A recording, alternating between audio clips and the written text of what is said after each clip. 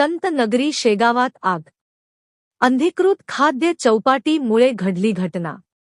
बुलढाणा जिल्ह्यातील संत नगरी शेगाव येथील वाटिका परिसरातील अनधिकृत खाद्य चौपाटी भागात प्राथमिक माहितीनुसार 2 सिलेंडरचा स्फोट होऊन भीषण आग लागली, त्यामुळे मोठे नुकसान झाले आहे. काही काळ शहरात धास्तीचे वातावरण निर्माण झाले होते. या परिसरात मोठ्या प्रमाणात अनधिकृत ठेले आणि खाद्य चौपाटी आहेत, त्यातील अनेकांना फूड अँड ड्रग्स तर दूरच साधी नगरपालिकेची परवानगी नाही, ज्याकडे प्रशासनाच्या वरिष्ठ अधिकाऱ्यांचे लक्ष नाही. या आगीचे घटनेत कोणी जखमी झाले नसले तरीही या आणि इतरत्र असलेल्या अनधिकृत चौपाटी आणि ठेले दुकानावर संबंधित नगर परिषद आणि अधिकाऱ्यांचे नियंत्रण असल्यामुळे मोठी दुर्घटना घडून येऊ शकते. त्यामुळे प्रशासनाच्या बड्या अधिकाऱ्यांनी साथीने लक्ष घालून अशा अवैध दुकान, चौकटी, हाऊ गल्ली यांच्यावर कारवाई करण्याची आवश्यकता आहे, असा सूर शहराच्या चारीही कोप्यामधून घेताना दिसतो.